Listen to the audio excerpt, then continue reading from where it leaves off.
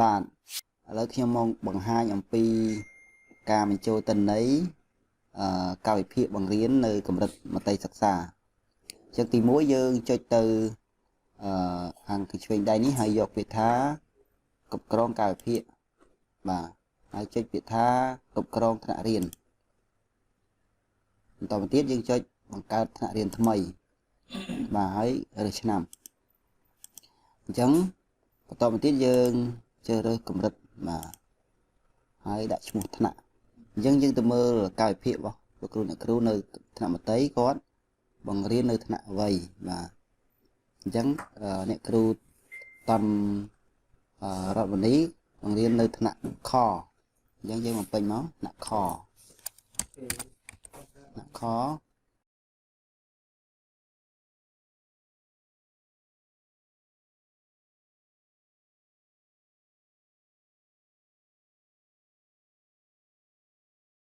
ជ្រើសរើសឈ្មោះ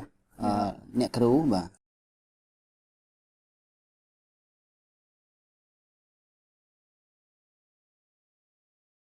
បាទអញ្ចឹងយើងបានបំពេញរួចរាល់វិធីបន្ទាប់គឺយើងចូលទៅខាងឆ្វេងដៃដដែលហើយយកពាក្យថាកាលវិភាគមត្តេយ្យសិក្សាបាទអញ្ចឹងត្រង់កន្លែងនេះយើងទៅមើលកាលវិភាគរបស់គាត់ទី1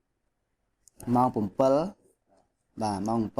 7គឺចិត្តចលភាពបាទចិត្តចលភាព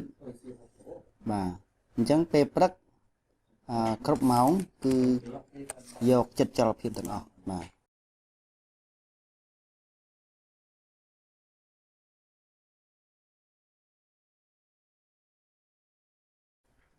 ទម៉ោងបន្តទៀតគឺភាសាខ្មែរវិទ្យាសាស្ត្របរិយាកាសបាទ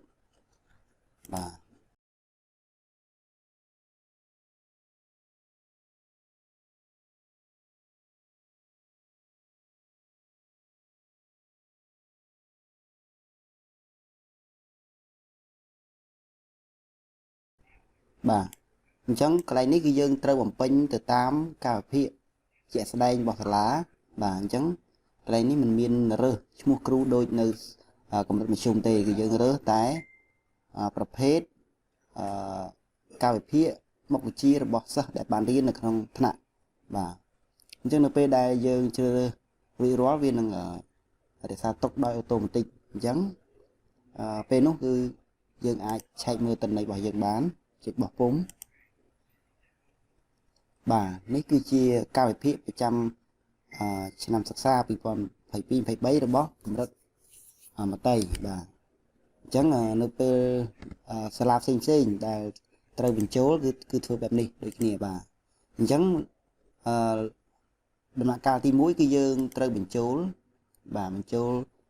ការទទួលខុសត្រូវរបស់លោកគ្រូអ្នកគ្រូនៅកម្រិតថ្នាក់បាទគាត់នៅថ្នាក់ណាបាទហើយឈ្មោះអ្វីទី2គឺយើងបញ្ចូលកាលវិភាគរបស់សាលាបាទអញ្ចឹងចាប់ពីម៉ោង7ម៉ោង8អីហ្នឹងរៀនមុខជាអ្វីប្រចាំថ្ងៃមួយបាទអញ្ចឹងសូមបង្ហាញប៉ុណ្ណឹងបាទសម្រាប់